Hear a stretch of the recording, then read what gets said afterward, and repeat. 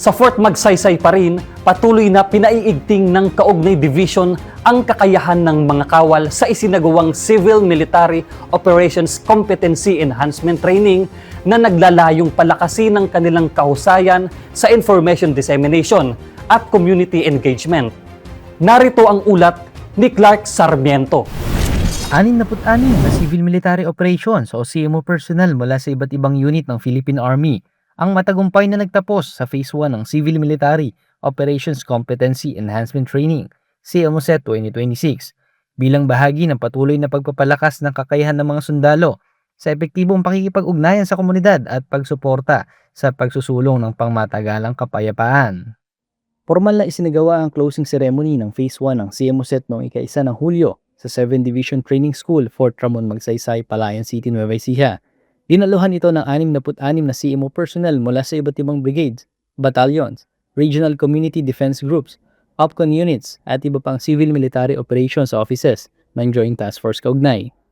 Matatanda ang binuksan ng pagsasanay noong 15 ng Hunyo 2026 sa headquarters ng 7 Division Training School bilang bahagi ng patuloy na pagpapaigting ng kakayahan ng mga tauhan sa larangan ng civil military operations. Pinangunahan ni Colonel Isidro Vicente, Commandant ng 7 Division Training School, ang seremonya bilang keynote speaker. Sa kanyang mensahe, binigyan diin niya ang mahalagang papel ng civil military operations sa pagtugon ng mga hamon ng modernisasyon, information environment at hybrid warfare, kung saan mahalaga ang pagtitiwala, aktibong pakikipag-ugnayan at pakikipagtulungan ng mamamayan upang mapanatili ang kapayapaan at seguridad.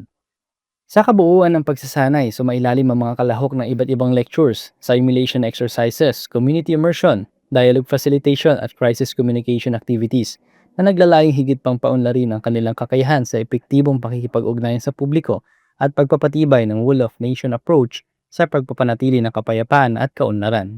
Ayon sa isa sa nagtapos ng pagsasanay, naging malaking hakbang ang CMOSET sa pagpapalawak ng kanilang kaalaman at kakayahan bilang mga sundalong handang makipagtulungan sa komunidad, magsilbing tulay sa pagkakaisa at maging katuwang sa pagtataguyod ng kapayapaan at kaunlaran.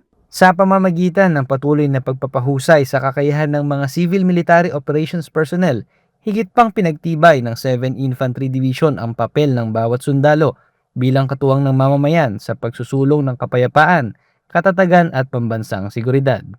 Mula rito sa 7 Division Training School, Fort Magsaysay, Nueva Ecija, ako si Clark Sarmiento, ang inyong pamilya kaugnay para sa matatag na hukbong katihan ng Pilipinas.